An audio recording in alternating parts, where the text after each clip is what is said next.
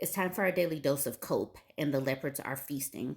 If anyone was wondering how Ilona's weight management program was going, she has been released into the wild to get more exercise.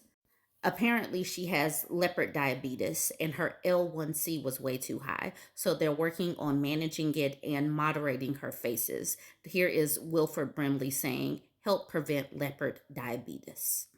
This first story is the reason why I say that these MAGA supporters need to feel anxiety and stress for at least 2 to 3 years because too many of them have no regrets.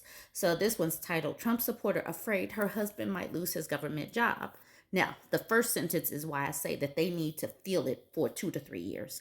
She says, Gen Z here, my husband works for the government and he had just gotten promoted in August. We don't have buyer's remorse. Okay, but we really don't like the uncertainty of him possibly getting fired. He's a good man who really cares about his job and works really hard. He's one of the most efficient guys there, but he might be punished for wanting to move up the ladder. That I don't like.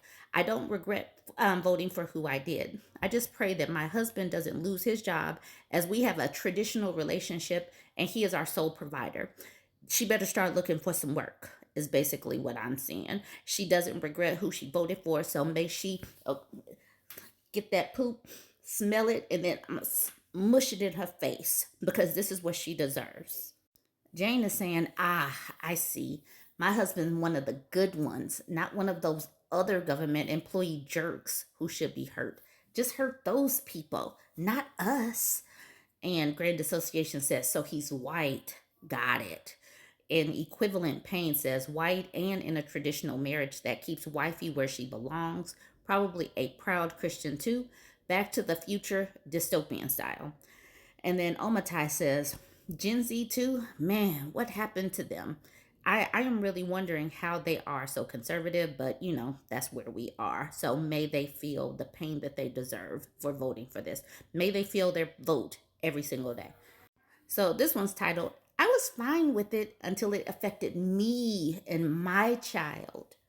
I am not going to read all of this. I am not. But this person made a Facebook post saying Trump has only been the president for less than a week and he's already done a whole lot of mess. He's done a whole lot of mess.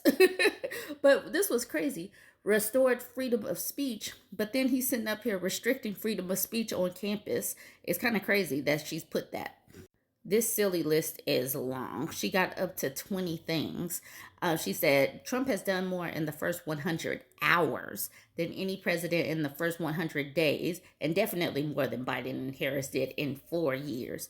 It feels so good to be winning again. Here she is as well. My issue with Trump is none of these, that whole list of mess. On the contrary, all of these have been great. My issue was the ending of the Department of Education, something that he said he was planning on doing on the campaign trail. So now he is honestly really trying to do it. He said he was going to do it. She says, as parents, our only purpose in life that matters is the protection of our children and ensuring that they have the best possible chance to make it in this world. My son is autistic and absolutely needs the programs afforded to him through the Department of Education. My son was almost completely nonverbal and couldn't understand basic instructions or commands, nor did he know how to ask for things he needed, such as food or water. It was with a free program provided by the government through the Department of Education. If my son had existed before programs for kids like him existed, he would be recommended to be institutionalized and left to be forgotten. But now he's thriving, but is poised to start school in the fall, although he most assuredly would need an IEP or individual education plan, which are issued by the Federal Department of Education, a federal department that is no more. I shouldn't have to feel like I'm failing my son because the tools he needs in life to succeed with his disability no longer exist. Then why did you vote for somebody that said they were going to get rid of it? You deserve this. You failed as a mother. You failed. That's all I got. Failure. Carrot Cake says this is a Facebook user who was fine with Trump until he said he was going to get rid of the Department of Education, and now his son might suffer from this. Oh, his son? I guess this is a man. My bad. This person said, and so self-righteously indignant as if Trump didn't tell her repeatedly that he was going to get rid of the BOE, maybe DOE. Like, girl, Donald and Elon call you and your son the parasite class. Dumb butt MAGA should have done her own research, laughing my butt off. Trilobite is honing in on I shouldn't have to feel like I'm failing my son, saying, you should because you did. You absolutely failed him. You voted for a monster who mocked disabled people and vowed to burn the safety nets your son will need throughout the rest of his life. You don't deserve to ever look that child in the eye without shame again. You chose to destroy his future. Period. I will continue to say these people need to feel it for 2 to 3 years. They need to feel the consequences of their vote. Because, like this person captioned it, he goes from Trump is a genius, Trump is a commie, and still blames the Democrats. All right, so this person whose initial is C says, it's a question. What did you think Trump's presidency was going to accomplish before he officially became the president of the United States versus what you think he may accomplish now? And then this person says, same difference. I have only been concerned about Putin, but now I think Trump is far, far smarter, brilliant, in fact, and sees the end game. Now the question is, do you think Donald Trump has the decision-making ability to respond appropriately from a nuclear attack from Russia or Ukraine or any foreign soil? Has he affected the deterrent policy of the U.S.? And then he says, there is just the teeniest chance that he is several chess moves ahead of you. He's still playing like 18D chess. The question now, America is now allied with Putin and Trump. Who would have thunk it? Anybody? And then this person C says, it's because Trump's a gay see you next Tuesday for Putin. C is riled up. I'm not going to read this whole thing, but it says Biden and Harris were inundating us with filthy migrant terrorists, and Biden was frowning and shouting and reviling Texans and denying there were any criminals amongst the migrants, whilst they stabbed nursing students like Laken Riley and set people on fire in the subway and let Muslim terrorists bully Jews off college campuses. So just to keep a slice of blame for giggling, Kamala Harris and sloppy Joe. Okay, so you see, this is where it's still the Democrats' fault. And then towards the bottom, I'll just say right here, he wants to make love to Putin.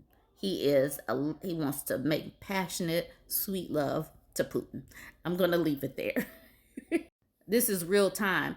They took our jobs. They took our jobs.